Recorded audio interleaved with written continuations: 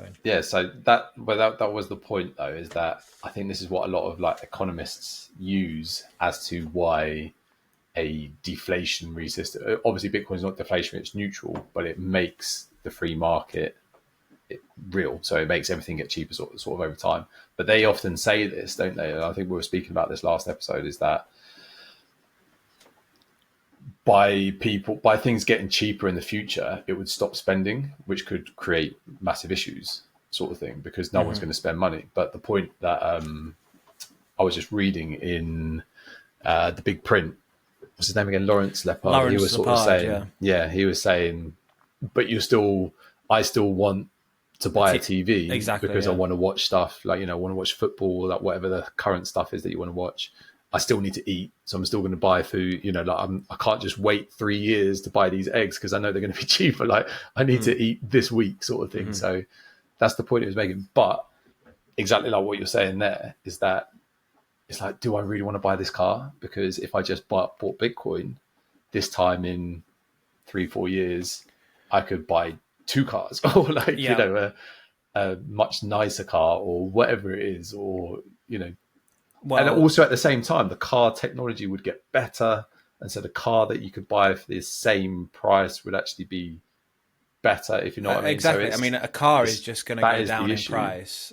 I've got a friend who's just got out a £10,000 loan to buy their car off, and I was thinking, wow, 10,000 quid! Like you're going to buy your car so you own it, but in like 3 or 5 years, that car is going to be worth barely anything.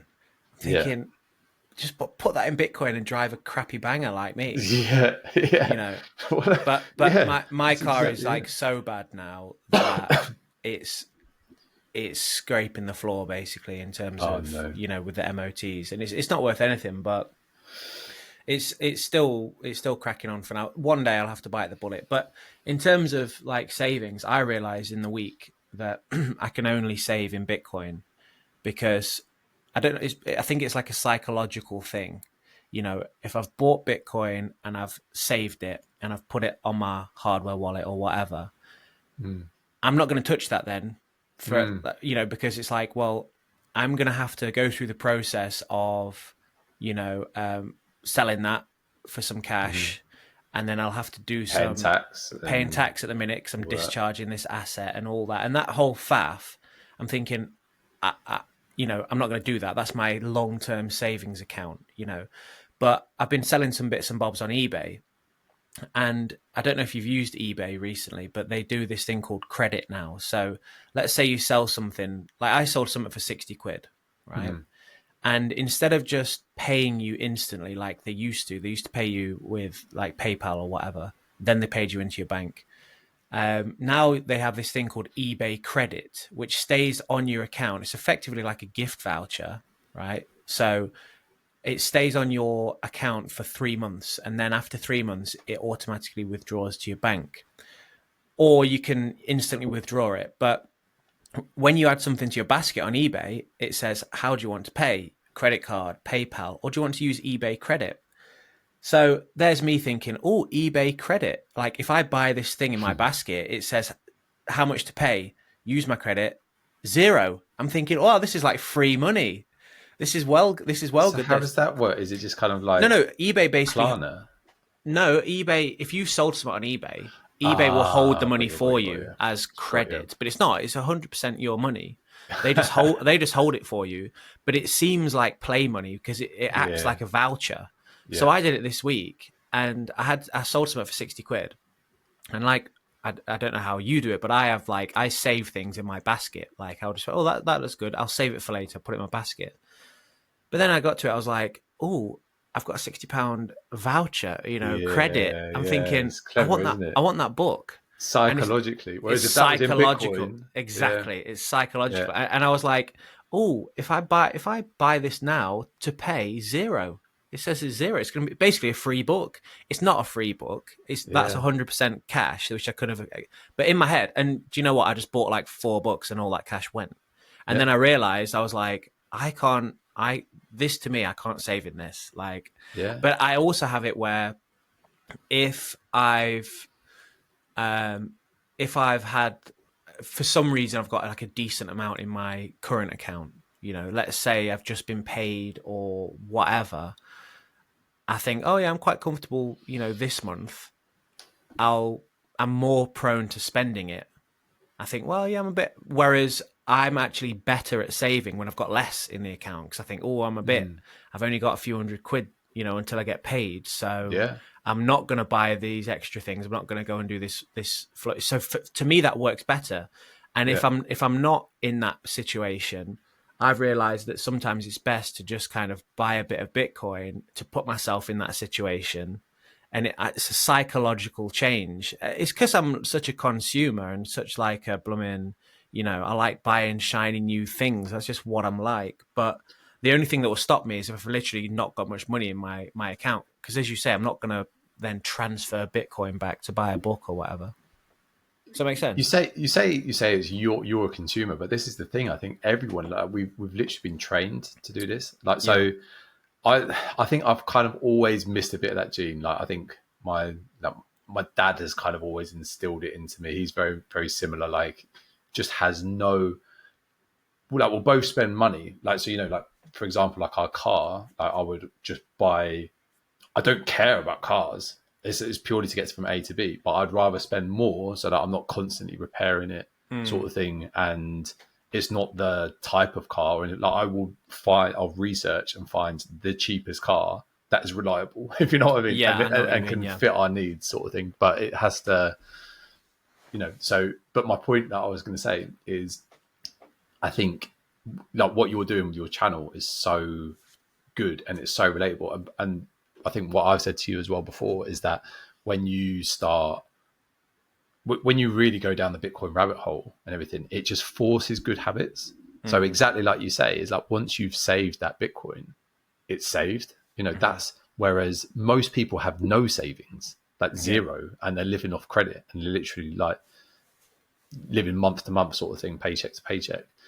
But it's not only made you better at saving, it's made you go and make more money, by just Uber Eats and things like that. Whereas most people would just sit on the sofa all evening and watch TV.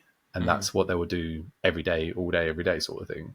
Whereas, and that's my point of like how Bitcoin that is the free market working. Like, that is what would happen if everyone was living in a free market. You would want to add value. You'd want to make more. And you'd also at the same time, you'd want to save or like stop spending it on frivolously on crap. Like, sure, people would still go on holiday. Sure, people would still spend money and actually do things that are fun and what they want to do. But yeah, for a long time now, I value like all of my spending on experiences rather than stuff.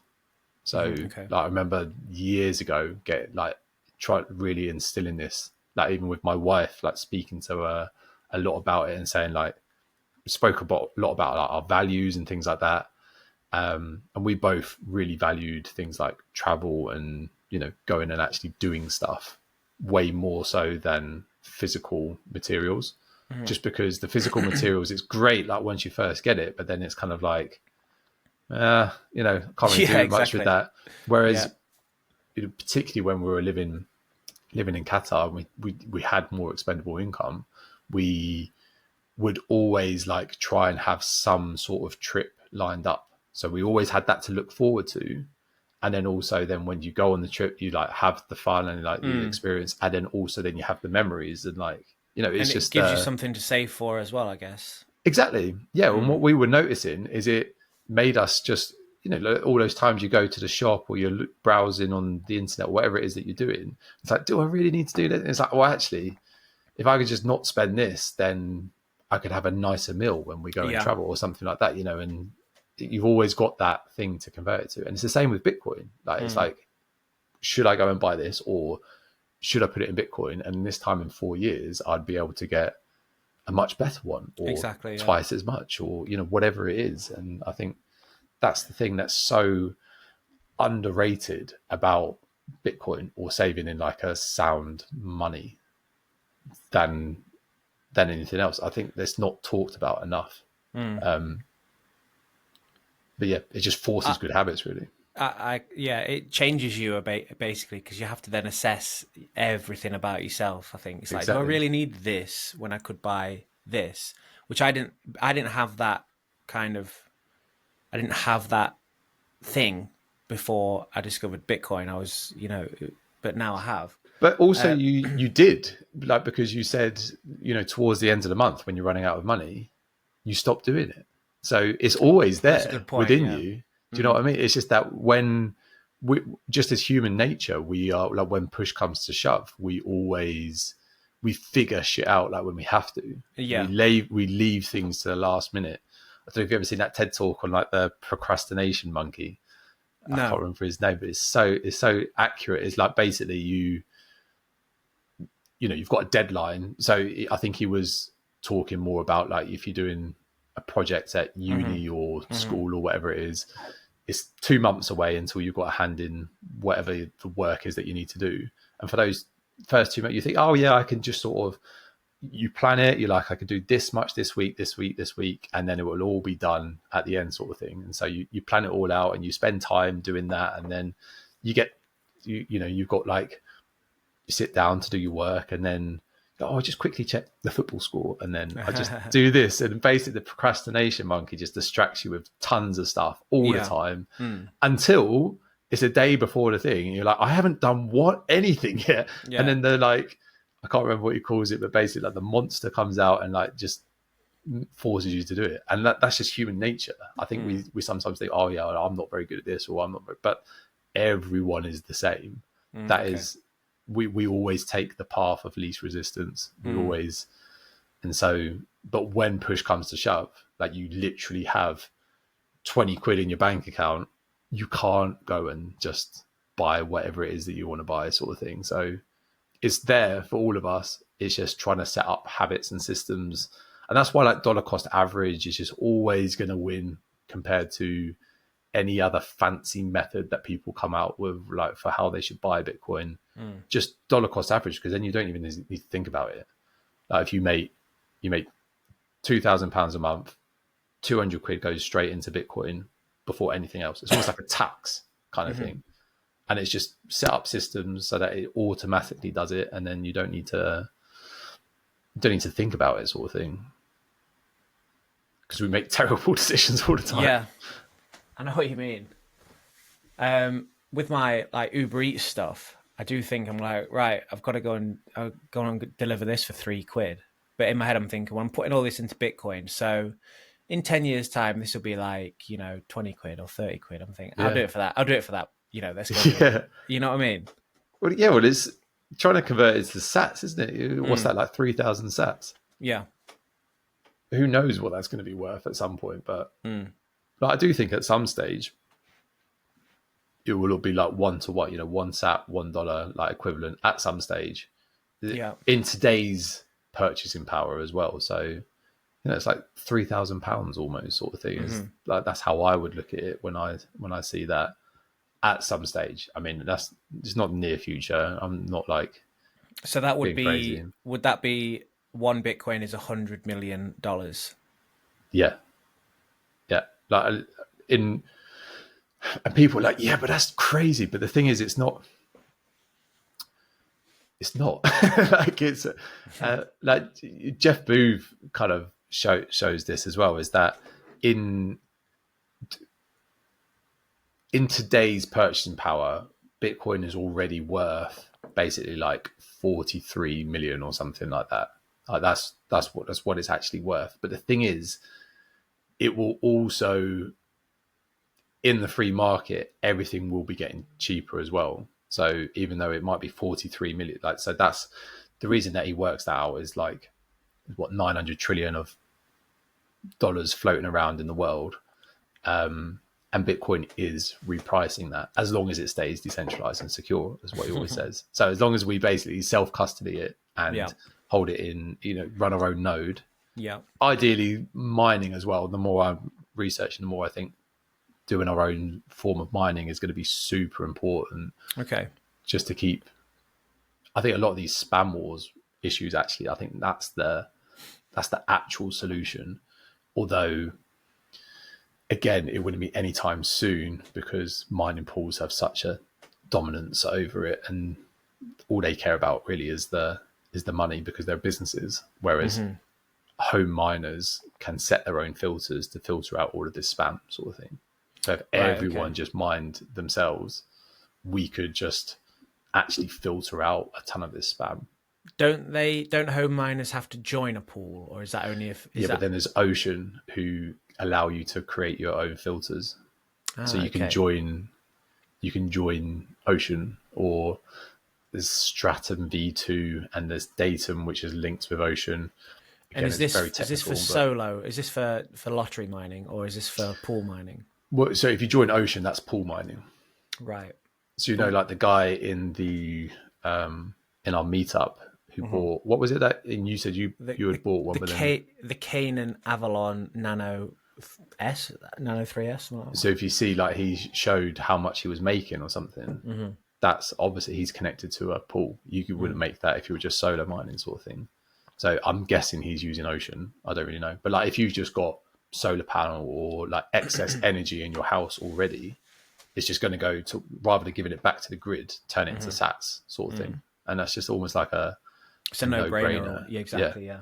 And I think more and more renewable energy is just going to become more and more affordable because of the free market and technology improving. Or even just like those heaters. Yeah, exactly. Heating your home. Like if everybody, instead of having like an electric radiator where they just turn it on, if everybody just had a home Bitcoin miner, which like we had one in we had one in Qatar. Expensive.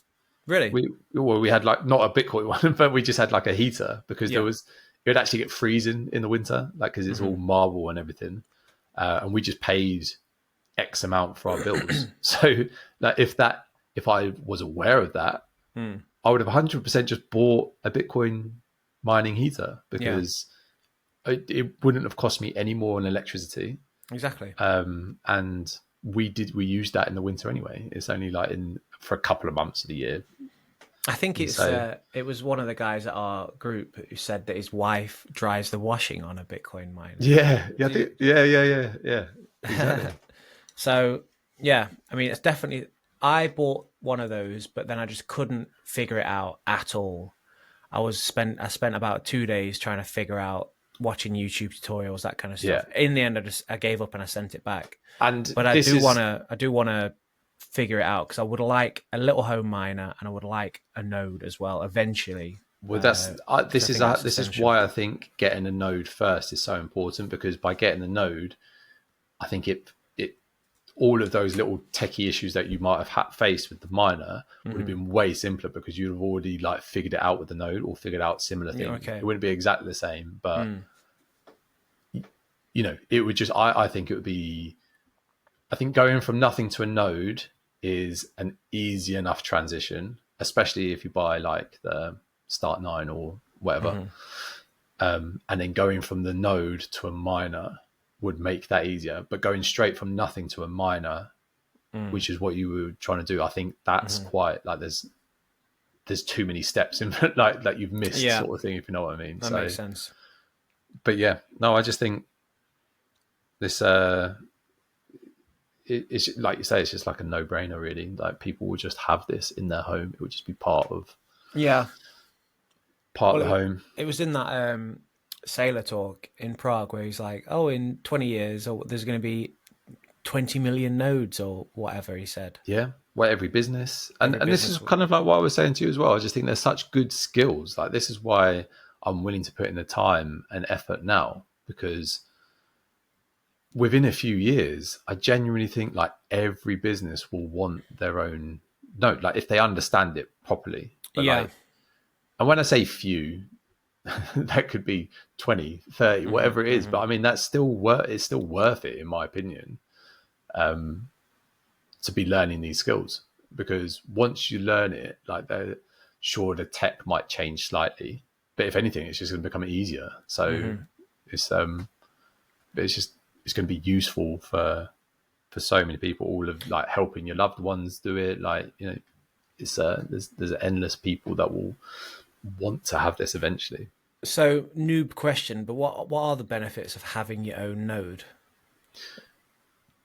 it basically means you're totally self-sovereign in the sense that without a node, a lot of the benefits that people talk about in Bitcoin are not actually possible. That's the simple truth of it. That is in you can verify your own transactions. Is that? Yeah, you're still relying on a third on somebody party, else's node, someone else's node. Yeah, so often the exchange or whatever. Whereas if you run your own one, you know, if you've got the whole history already downloaded, which if you run a full node, that is literally what you have to do. Then you are the sole person. It is literally like me handing you cash. Like if you had your own node, I had my own node, and we had our own Bitcoin wallet, and I was sending you Bitcoin. It's the equivalent of me getting physical cash and handing it to you. There's no other middleman involved at all. Interesting. Yeah. Okay. So I think that's really the biggest thing.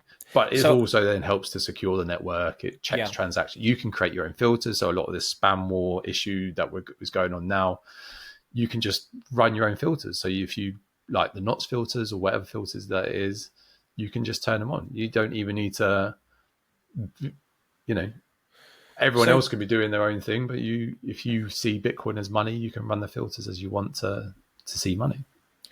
Can you, if you've got, let's say that I was sending you some Bitcoin on chain, could I then pick, how does it work? Do I select my node to verify that transaction, or would I send it through my node? So I think that's where like the Sparrow wallet, which is like the software. Right. So it's basically... Right. So you'd link a wallet to your node. Yeah. Okay. Yeah, that's exactly it. And Sparrow then links to whatever your hardware wallet is, but it's really would all be running through Sparrow sort of thing. So as long as you go through Sparrow, which is linked to your node, then that is how it would work, sort of thing. Interesting. Okay, fine. I haven't actually done this yet, so this is all. That's the bit that I'm quite excited to do. New for me to learn as well. Yeah. Have you got your node up and running now, or? So I'm gonna do it with the Bitcoin way. So it'll be this time in like 2 weeks. I think will be like my final one with them. I've got one next week, which will just be like the start in one, and then I've got like 2 in 1 week, like start of October basically. So very cool. Once I do that, you'll actually walk through. The reason is like I know I could use YouTube and go and try and figure out, but like as you saw as well, we're like trying to set up a mining. I couldn't do it. It's like I feel like I could. Yeah. It's just that I don't want to mess it up. And I'm using the Bitcoin way now anyway. So I'm just like, I may as well just wait for these, for the thing. But yeah, here it is. All sat there in the package, ready to go. Very nice indeed. That is the node. So yeah, I'm just quite looking forward to it really. Like, because I think it'll just give you that peace of mind. Like once you've set it up, it's like I could just go and do this again. Like I can just go and set this up again, and you're like restoring your wallet and things like that. I've never done that before, so it's just little things like that where it will just give you that confidence. Yeah, to be like, I could literally lose this, and yeah, that's a good point. Yeah, I still know how to like what to do, or I could break it, I could throw it in the water. Or... I can't remember what podcast I was listening to in the week, but somebody mentioned like this term Schrodinger's Bitcoin. Have you heard that? No. Where it's like you've got this Bitcoin, the key is stored on like a hardware wallet, but you haven't looked at it or touched it for 2 years. So you're like, I hope it's still there. I'm not gonna check it, because if I check it, there's a possibility that it's gone, that I can't access it, or that somebody's robbed it, or it's whatever. Yeah. But if I don't check it, then it's still technically there. It could be gone, but it's there and it's not. Do you know what I mean? Yeah. Whereas this podcast was saying it's good to kind of just every couple of years, check, make sure it still works. Learn how to recover. This is the point with it as well, is that it's not what Bitcoin was designed for. It's just hodling and doing nothing with. And I remember someone at the meetup saying something about like because I was saying I would like to get some like non-KYC Bitcoin, and he was just saying the thing is though, it's just so hard to keep it non-KYC. Really? I guess if you just literally just stored it and did nothing with it. But the reason I understand why he's saying that now is because the way Bitcoin should be used, and hopefully eventually will be used, is that we'll just be using it every day. So like, every time that you're spending anything online, any time that you go anywhere and spend money, is it will be synced to your node. So you could even be out and about, but because your wallet would be, you'd have it synced to like a Lightning wallet, your node. And so you could be out paying with your Lightning wallet, but that's still running through your node. So it might be miles away. You could be in another country, but you're still using your own node, sort of thing. And I was like, yeah, that was a bit, I was like, oh, you're right. Yeah, this is starting to make sense now. This is why you're self-sovereign. This is why you actually do fully own it and you're not trusting anyone else with it, sort of thing. And I was like, yeah. And my point is, though, if you have any Bitcoin on there, it's going to be super hard to like non-KYC it, sort of thing, because it will be linked to, there'll be ways that you can trace that back to whatever wallet it's come from, and it'll make it traceable. Like if you spend it at all, if you spend anything on there, sort of thing. Interesting. Yeah, I was reading that, I think it was this morning, I was reading that places like the IRS and HMRC, they've all got like, they're going super eyes on crypto now. Like they've got like AI software, which has basically got all eyes on this whole crypto world, because they want a piece of it, so that all of the, if it's KYC'd or anything at all, like they know all of these transactions and they want a piece of that profit. Sounds about right. I guess they can't do anything about tax, like about cash. If you're like a plumber, exactly, and you just take cash, and you declare a certain amount per year, unless they literally put a car in front of your driveway and track your earnings in real time, like they're not going to be able to dispute it, really. But so with the whole crypto, if they've got KYC'd crypto, or any crypto, not just Bitcoin, then they're going to be, and they've got AI involved as well, they're going to be able to see a lot more. They'll just be like, ask ChatGPT or whatever they use, chat HMRC, how much profit has this guy made, and versus what he's declared. Oh, there we go, you owe us X amount. But this is the thing that is literally insane when you, again, boil it back to the first principles and think about it. Like, you think of how much time, effort, money, energy, people, human resources are taken up by tracking people. Like, why don't these people just spend their time, energy, effort, money, resources on making things better? Like, because they're pathetic little parasites. That's why. Exactly. So in a free market, that just wouldn't exist. Yeah, like there wouldn't be the need for state to track this, because there wouldn't be the need for state at all, sort of thing. Like they're just totally not needed at all. Whereas it's like they're like a little pest. It's like, go away, you little pest. I'm trying to live my life. Go away. Why are you using an AI tool to track how much I owe you for no reason whatsoever? Go away, you pest. It's just so annoying. Like, it really is. Yeah. It's so stupid when you think about it, but it's just so normalized that we just think, oh yeah, no, they need tax. They need to. When I was doing the Uber the other day, that one of the McDonald's orders had a receipt on it, and it said like, this is the food amount, blah blah blah, and at the bottom it was like tax added. And then that was the total. I was thinking, tax added on that food. So let me get this right. I've earned money and I've paid tax on that money. And then when I go and buy some food, there's tax added to the food that I'm buying as well. But I've already paid tax earning the money. That's not even the worst bit with McDonald's, is that your tax that you have paid will also subsidize McDonald's. So your tax is basically paying to make that McDonald's food cheaper. And and then also then you're paying tax on that food as well. It's like, it's just the biggest. Don't even get started on where that tax money actually goes. Well, yeah, exactly. I mean, it actually doesn't really go anywhere in today. It's just helping to probably pay off some of the pay off the debt. Pay off the debt. But it's not even really like it's. But then the also, money printing just that's a whole nother rabbit hole. Yeah. Right, we're half an hour in. Should we get started? We should on the probably do some of the book. Right then, we are on chapter 6 of the Bitcoin standard. I think we're about halfway, almost. Kind of almost. Episode 13, we're almost halfway. Chapter 6, Capitalism's Information System. Let me just pull up the screen.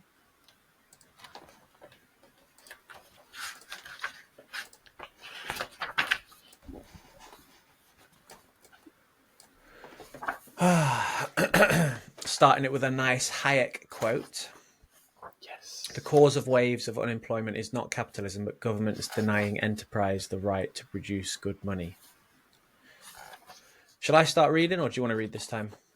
I can read this time. Go for it, yeah. Money's primary function as a medium of exchange is what allows economic actors to engage in economic planning and calculation.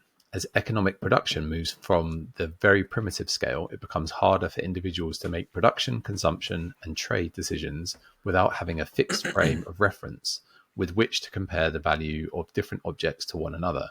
This property, the unit of account, is the third function of money after being a medium of exchange and store of value.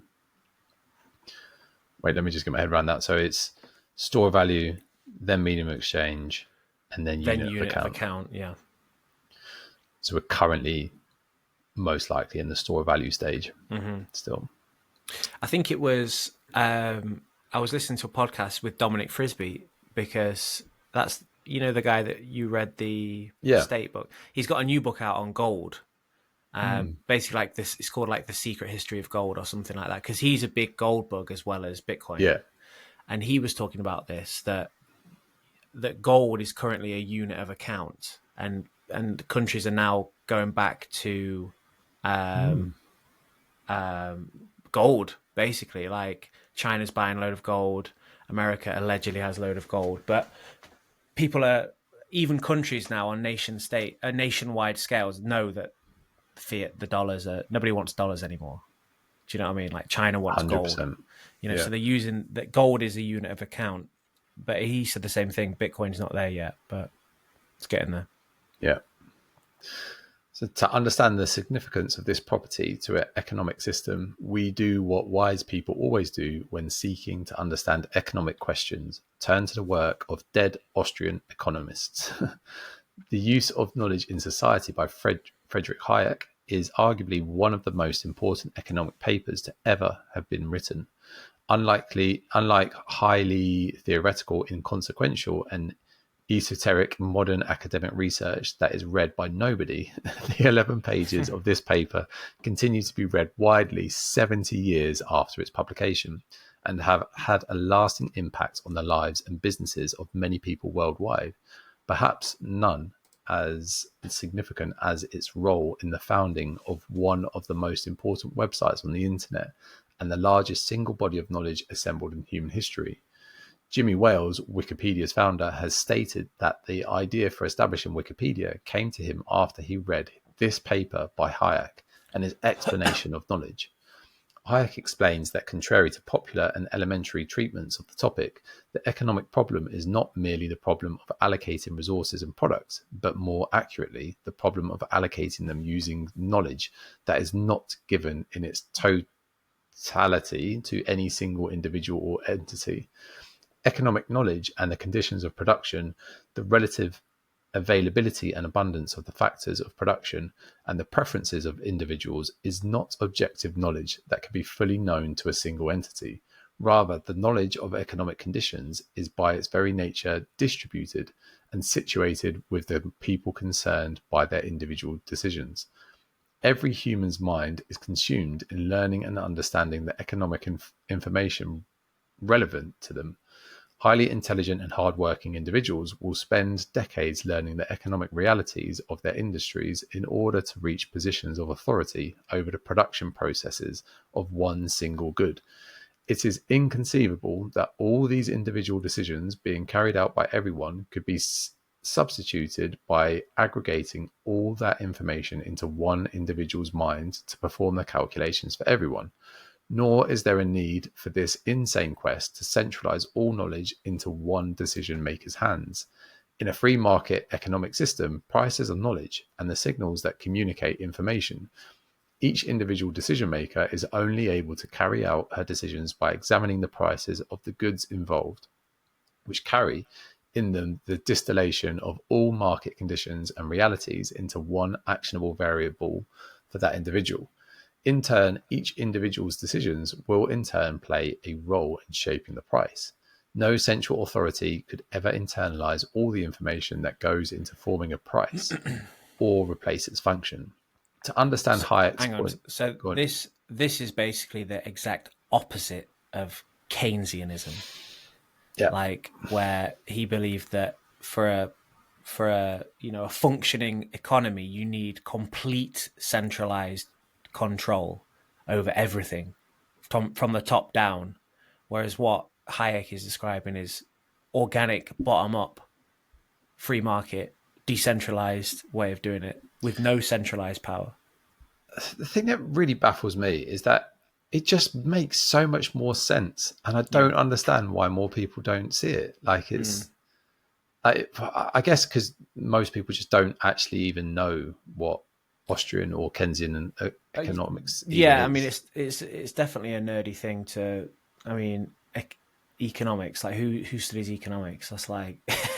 Do you know what I mean? But I think I was thinking about this morning, that, let's say you've got, like, I've got a pound here, look, pound coin. The amount of people that would think, where does this actually come from? Why is this? Why can I buy food with this? What makes this valuable and a piece of paper not valuable? That's such like a grand question. It's like questioning, like, why do things fall down on the earth, like gravity or something? It's such a large, it's already kind of, it's ingrained into the culture and society that this is money. This thing is money. There we go. I don't need to question that. It's such a huge thing, such an ingrained, normalized thing. The average Joe wouldn't question it. It's literally like questioning gravity. And this is honestly why, like, kids are just such an insight into real world stuff. So my daughter the other day, we were walking back from school, and I don't know, they must have been talking about money or something. She's 5 now, so she's just gone into year 1. And she said, my teacher said that this was special. Like, so I don't know why she had a pound coin or something. And then she asked about, like, she was like, but what about, like, the paper ones, like the ones that you sometimes use? Very rarely, to be fair, in today. She was like, are they special as well? And I said, well, what do you think? It's made out of paper. She was like, it's made out of paper. She was like, so could I just go home and could I just draw on some paper and do the same thing? Like, and then would that be special? I was like, what do you think? And just like trying to get her understanding of it rather than me enforcing my own opinions on it, and just seeing where it went. And it was just fascinating, like how logical she is. She was like, so it's just a piece of paper. And she was like, so there's nothing special about it. And she was like, well, why do people say it's special then? And then I was explaining, it's like what people accept, that's what people accept is real. And then I asked her, like, have you heard of Bitcoin? I've heard you say about Bitcoin before. And she was like, that's the most special money, isn't it? I was like, yeah, that actually is. Well done. And I was like, why do you think that's the most special? She's like, I don't know. I was like, do you know what Bitcoin looks like or anything? And she's like, is it a coin? It's got coin in it. And so she was saying, but it's not like this coin, is it? It's like, it's much more special than this coin. I was like, yeah. I was like, do you know what makes it special again? And she was sort of like, not really. She didn't really give me an answer. That's but very interesting. You'll get a lecture in her teachers. Well, yeah. And then I was just saying, the main thing that makes it special is that it's scarce. There's only, well, I didn't say scarce. I said there's a limited amount. Like like no one can make any more. Whereas with this paper, this, like you said, we could just go and print loads, and then as long as they get the special printing on it and this, like, the special stamp, and I showed her like the different parts of it and things. I was like, if they get that, then we can make as much as we want. Whereas with Bitcoin, there's only a set amount and no one can ever make more. And I was like, so which one do you think is more special? And it was just like, it was just so amazing. I was like, she's 5 and she already understands things better than she'll probably have everyone. Like just a very kind of, untainted view of things. Like, why does this make you special? She's not gone through those, exactly. years of... Exactly. So whereas it's so hard to have that same conversation with an adult because they have to unlearn everything. Exactly. Yeah. For him to figure it out. Whereas for a 5-year-old, it's just like, okay, well, this is a question. You must be telling me the truth. Somebody left a comment, and in fact, I wrote it down because I was going to talk about it. The question was, why don't people challenge the current monetary system or see its failings? And I was like, that's an interesting question. That's quite a deep. Why don't people challenge it, and why don't people see its failings? I mean, I've got my own thoughts on it, but people aren't taught to look in that direction. Not only are they not taught, but they're kind of actively dissuaded away from looking in that direction as well. Yeah, and also they're taught because if you've believe everything, and so like exactly, and even with believe authority, even with when my daughter was like saying this stuff, I was very aware, like, I don't want to tell her the answer. Like, so I sort of said, so this one, so Bitcoin has a limited amount, whereas paper, we can print as much of it as we want. I was like, so which one do you think is more special? And she was like, well, Bitcoin, because like why, how is this paper special? I can't remember the exact words she said. She didn't say it like this, but you know, she was sort of like, if I can just go and draw this on a piece of paper, that doesn't make it special, you know? And I was like, yeah, exactly. And so it's trying to like help her to think rather than giving her the answer. Whereas we're taught, like, the whole education system is literally teacher gives you the answer, you regurgitate the answer, don't think for yourself.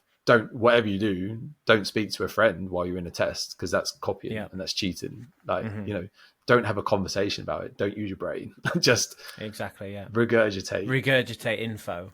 Exactly. And so that's, I think that's why. It's one of those things where if people literally figure out, it's like, right, so from a child's perspective, it would be like, okay, so I've got to go to work now when I'm older, and I'm going to work for something that somebody else can just print for free out of thin air. And if I want to take a loan on that, I have to then pay interest on that they can print for free. How does that work? To even a child, that doesn't make any sense. That's a scam.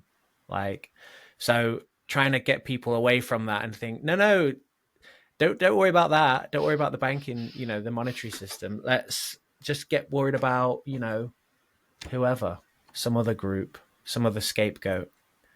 But anyway, and if you just say like, oh, so you're gonna to do well through school, you have to get good grades, go to university, which would then put you in a heap of debt.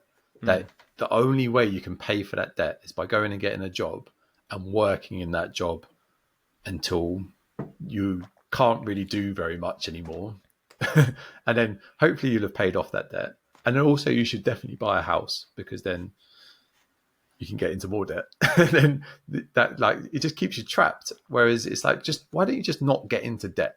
You know, like you live with your parents up until whatever age, and then why don't you just try and start making money or, like, you know, come up with some different way, like add value somehow. Like, you know, 12-year-olds can easily just go and cut someone's grass and get paid for it. Like, there's tons of things that they can do to make money. You don't have to have any special skills to do tons of things. Like, but we're not taught that. That's not normal. It's weird. It's frowned upon. And, like, you know, the way to do it is go and get into a load of debt, and then you might have a slightly better chance of actually getting a job. But not really today, because everyone's doing it, and it's everybody's got a degree, so it doesn't mean anything when everybody's got it. But again, it's just not questioned. It's just like, this is how things are.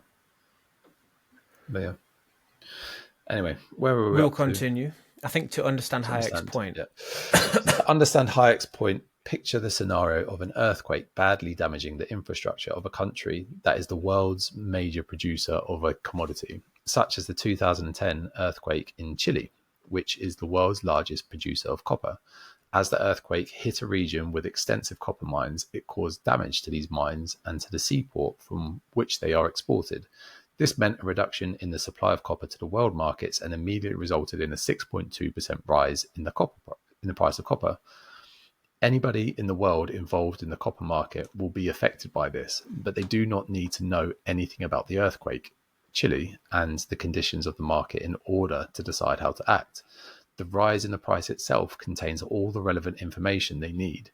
Immediately, all the firms demanding copper now have an incentive to demand a smaller quantity of it, delay purchases that weren't immediately necessary, and find substitutes. On the other hand, the rising price gives all firms that produce copper anywhere around the world an incentive to produce more of it to capitalize on the price rise. Just on that point as well, I've mentioned Cabell Finance to you recently a few times. He often says a very similar thing. It's like he has no interest in the news, the narrative, the story around anything. He just looks at the prices and that determines his actions. And I was like, that's so interesting, actually. And it's crazy how much it works. Like he does not use like any fundamental stuff at all. Like, he has fundamental knowledge of markets and things, but he doesn't exactly like what Hayek's saying here, though. The prices determine what your action should be. Okay. And that makes so much sense. Yeah, there's always a narrative. I just remember, I think it was like 2021 or something. There was so many like narratives around why the prices are going up. Did you remember those? Like there was a boat stuck in the Suez Canal, so the prices of all. It's like just whatever narratives. It's like, no, you've told everybody to stop working and you've printed a load more cash. Yeah, that's why. That's it. It's like, oh yeah, but there's this conflict in this foreign country. Yeah, it's because there's this Russia, canal, Ukraine. It's war like these are just narratives, slop narratives to justify. But there's always has to be a narrative like threaded to the public. So again, so they don't look at the foundational currency. Keep them distracted, like you were saying, the rage bait of like Twitter and stuff. Keep you focused on arguing with other people online about pointless stuff. I mean, I was watching this. Do you remember that politician called? I think his name's Nick Griffin in the UK. He was the BNP guy. Do you remember him? No, but I know what you mean. Yeah, I mean, I was watching this clip of him. It was probably over 10 years ago now. He's not even a politician anymore, but I thought it was quite an interesting clip. He basically came out in public and said that he was offered a deal where, with his party, who were quite right wing, this deal was they said, right, we'll fund your party if you concentrate heavily on Muslims, but on the one condition that you don't mention the banking system. And no way. Yeah, that was the thing. And I was like, that's very interesting that he's come out after he's been a politician, he's finished, and he said that somebody offered him that deal. Concentrate on this thing over here, but don't talk about the banking system. But then you get so many politicians nowadays that are doing just that. It's like who took his place? People like Tommy Robinson. He's just hyper focused on Muslims, but never talk about money creation or the banking system. That's just something I'm thinking. That's interesting. As you've said before, until a politician literally starts talking about the banking system and how money's created, there's no votes from me. I think the first one in America, maybe not the first one, but the most recent one was Ron Paul in America. Have you ever looked into that guy? His main thing was like end the Fed. That was his main. I think at one point he was even running for president. But yeah, I do feel like if Ron Paul ran again now, or like the same persons that, I feel like they would have a lot more backing, a lot more understanding. I just think it was the right thing, just at the slightly wrong time. Yeah, I was looking into this a little bit where, I think I asked ChatGPT, I was like, have there been any politicians in recent years that have called out the banking system? And there's been a couple of like these Reform UK ones that have said, we're gonna ban quantitative easing and that kind of stuff. And I think it even said Jeremy Corbyn did it at some point where he was wanting to stop money printing or something along those lines, but none of those politicians have managed to actually get power or anything. So yeah, I did a similar thing with the Fed, actually, like diving into like who the chair people are of the Fed. Yeah. And what their like economic background is and stuff, and like all 6 of them are very heavily Keynesian, obviously. But I think Greenspan was sort of not before, but then when he came into power, then he turned much more like Keynesian. So I thought that was quite interesting. Like there has been someone in the Fed's history who was Greenspan, more of an Austrian economic person. There was a famous quote with him where he was big into Ayn Rand back in the day. And I think it was on an Adam Curtis documentary. Have you ever watched any Adam Curtis documentaries? No. Oh, you need to watch every single one of them. That was like Adam Curtis, yeah, so sick. He basically does like long form deep dives into like geopolitics and like history and everything really, but super interesting. He said that Greenspan has been quoted as saying like he's got no what was the quote, something like no confirmation that he isn't the only, basically, do you know what solipsism is, where like he thinks that he could be the only person on earth and he's just there's no objectivity outside of his reality. That I'm thinking, right, so this is the guy that's running the Fed. I'll try and find that quote. If you continue on, I'll try and find that on. With the simple increase in the price, everyone involved in the copper industry around the world now has the incentive to act in a way that alleviates the negative consequences of the earthquake. Other producers supply more while consumers demand less. As a result, the shortage caused by the earthquake is not as devastating as it could be, and the extra revenue from the rise in prices can help the miners rebuild their infrastructure. Within a few days, the price was back to normal. As global markets have become more integrated and larger, such individual disruptions are becoming less impactful than ever, as market makers have the depth and liquidity to get around them quickly with the least disruption. To understand the power of prices as a method of communicating knowledge, imagine that the day before the earthquake, the entirety of the global copper industry stopped being a market institution and was instead given over to be under the command of a specialized agency, meaning production is allocated without any recourse to prices. How would such an agency react to the earthquake? Of all the many copper producers worldwide, how would they decide which producers should increase their production and by how much? In a price system, each firm's own management will look at the prices of copper and the prices of all inputs into its production and come up with an answer to the most efficient new level of production.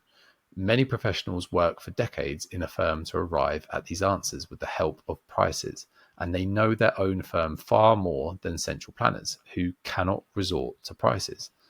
Further, how will the planners decide on which consumers of copper should reduce their consumption and by how much, when there are no prices allowing these consumers to reveal their preferences? No matter how much objective data and knowledge the agency might collect, it can never know all the dispersed knowledge that bears on the decisions that each individual carries out, and that includes their own preferences and valuations of objects. Prices, then, are not simply a tool to allow capitalists to profit. They are the information system of economic production, communicating knowledge across the world and coordinating the complex processes of production. Any economic system that tries to dispense with prices will cause the complete breakdown of economic activity and bring a human society back to a primitive state. Interesting. Yeah, it seems like these extreme top-down systems always fall apart eventually. Yeah, I like that last sentence. Any economic system that tries to dispense with prices will cause the complete breakdown of economic activity and bring a human society back to a primitive state. So what does that mean? Like, go back to just barter? Like, no, It could be, yeah. no form of like society just. So that's kind of would this be like price fixing? I heard something once that like in socialism, right, yeah, having governments fix prices across all industries is very much this kind of thing. You know, so the governments fix prices from a top down. They say, right, this is how much an egg costs. This is how much grain cost. Well, that's kind of what happened in, was it after World War One? So this was kind of what the downfall of the British pound, because there was the money printing, but the governments were still saying how much things needed to be, and like how much wages needed to be, and things like that. Whereas the farmers couldn't afford the wages, and they had to burn crops was this the agricultural depression or something like that? Yeah, is that what it led to? Like obviously the Great Depression, the end of the 20s and everything, and that was what remember caused hearing about this. Was basically because prices were inflated artificially high, hardly anyone could buy it, and farmers basically had to like destroy potatoes, whereas everyone was starving and going hungry. Right. But they couldn't afford the prices. Whereas if they just dropped the prices, way more people could have bought it. Farmers could have hired people easier. Like it would have been like, you know, everything would have worked way better if the prices were just allowed to go to their natural market price. But because they kept them artificially high, people couldn't buy them. People were going hungry. Farmers were having to burn it. They couldn't hire employees because they couldn't make enough money, sort of thing, and so they couldn't farm as much, and it's just like a spiral. Yeah. Prices are the only mechanism that allows trade and specialization. Did you find that thing, by the way? No, I can't find it. Basically, he was big into like self-interest, which I believe is this whole like Randian worldview, but he's very much like hardcore atheist. So, but yeah, I mean, who were the people on the board of the Fed that you were reading currently about? I just asked like who are I think there's 6 members or something.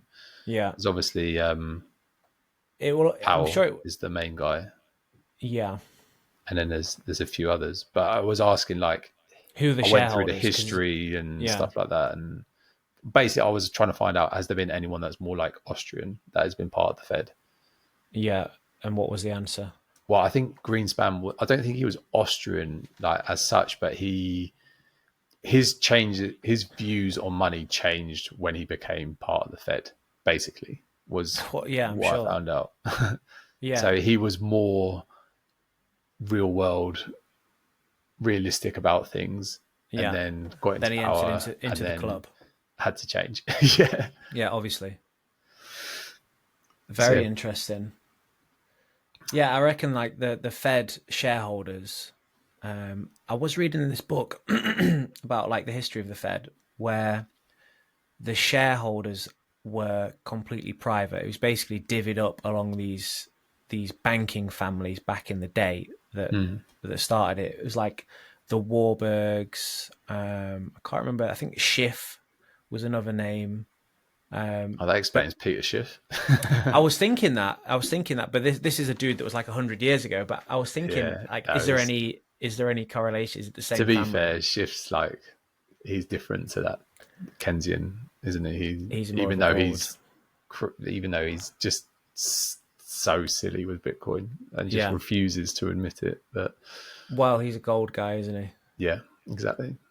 Although he's not actually, like most of his wealth is actually tied up in like stocks and shares, and really, he has like, the balanced portfolio. So he has like 5% of his wealth in gold, but obviously he has a gold business which sells gold stuff. So that's why he pushes it so hard. I reckon he's probably got some secret Bitcoin. Oh, his son definitely. I'm fairly sure I've seen that before. Like his son has. And his son has tried to convince him or something. Like that was like a clickbaity headline I'm sure I saw once, but he's just in denial. But yeah, anyway, Prices are only the mechanism that allows trade and specialization to occur in a market economy. Without resort to prices, humans could not benefit from the division of labor and specialization beyond some very primitive small scale. Trade allows producers to increase their living standards through specialization in the goods in which they have a comparative advantage, goods which they can produce at a lower relative cost. Only with accurate prices expressed in a common medium of exchange is it possible for people to identify their comparative advantage and specialize in it. Specialization itself, guided by price signals, will lead to producers further improving their efficiency in the production of these goods through learning by doing, and more importantly, accumulating capital specific to it. In fact, even without inherent differences in the relative costs, specialization would allow each producer to accumulate capital relevant to their production and thus increase their marginal productivity in it, allowing them to decrease their marginal cost of production and trade with those who accumulate capital to specialize in other goods. Interesting. Yeah, it's tough to get your head around this bit. Should we call it a day there? Because this next one, it looks like a big chapter. Socialism, capital market socialism. Yeah, that seems like a good place to start. That's going to be a big one.